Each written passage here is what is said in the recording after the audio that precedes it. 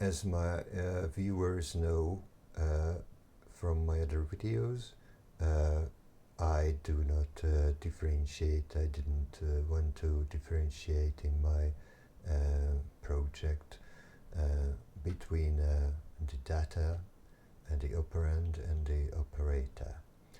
So one is being like 22 and the other is well, divided by 2, and it will result 11. There is a huge difference between the data 22 or the operator, which is well, halving it, cutting into half, which is a very straightforward thing to do when we have a binary structure, especially.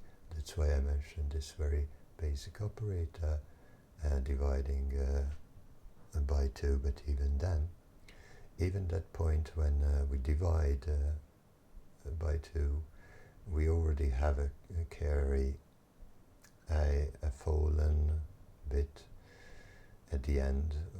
When we halve something, we step every bit one step back, and the last unfortunate bit will fall down.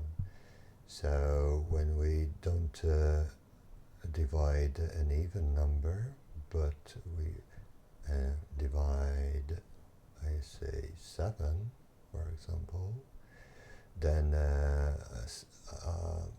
half of 7 will be already a problem to handle, because we already have a bit that has fallen down. So what we actually see after the binary level of dividing by 2, we already have an extra level of a gap of uncertainty between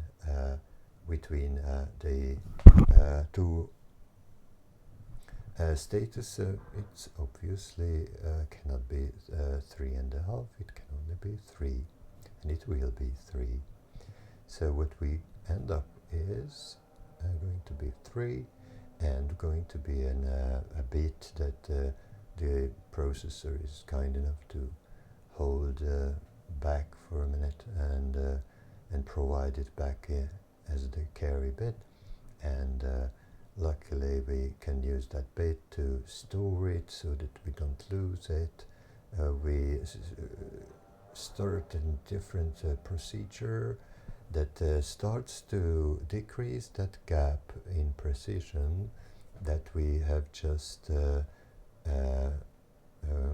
end up with, if there is such word, which is an ever tightening gap between the stored information, in this case binary, and the thing that we imagined behind it, which is the idea of 7, which is divided by 2, is not 3, but. And here is the gap that we are going to make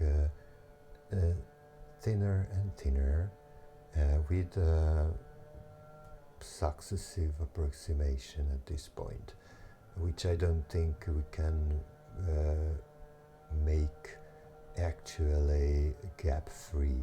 So any number of gaps increased will still be just a partial representation of the entire linear theoretical Lynobites or pre-Lynobites, because yes, they can do that trick, they can